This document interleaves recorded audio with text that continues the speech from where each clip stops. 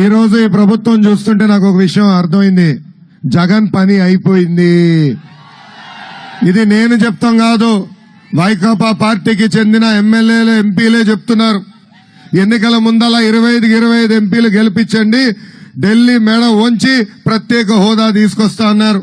ప్రజలు 31 ఎంపీలు ఇచ్చారు. ఆ 31 ఎంపీలు తీసుకెళ్లి కేసుల మాఫీ కోసం కేంద్ర ప్రభుత్వానికి తాకట్టు పెట్టిన వ్యక్తి ఈ జగన్. అందుకే ఎంపీల్లో కూడా జగన్ పైన నమ్మకం కోల్పోయారు. మొన్న జగన్ ఢిల్లీకి వెళ్తే 31 మందిలో కేవలం 6 జగన్ వెనక వెళ్లే పరిస్థితి వచ్చింది. అక్కడ ఢిల్లీలో ఉన్న వైకాపా ఎంపీలు కూడా బాయ్ బాయ్ జగన్ చెప్పే పరిస్థితి మనందరం చూసాం.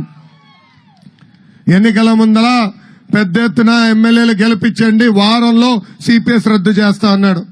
151 సీట్లు గెలిచాడు. 4 సంవత్సరాలు 10 నెలలైంది. ఆ సిపిఎస్ రద్దు కాదు కదా, ఉద్యోగస్తులు మాయం చేసి జీపీఎస్ తీసుకొచ్చాడు, రివర్స్ ఫిట్మెంట్ తీసుకొస్తాడు. ఇది చూసి ఎమ్మెల్యేలు కూడా బాయ్ బాయ్ జగన్ చెప్పే పరిస్థితి ఈ రోజు మనందరం ఆంధ్ర రాష్ట్రంలో చూస్తున్నాం.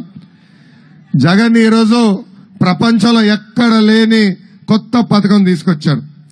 ఆ పథకం పేరే ఎమ్మెల్యేల ట్రాన్స్ఫర్. ఏంటది?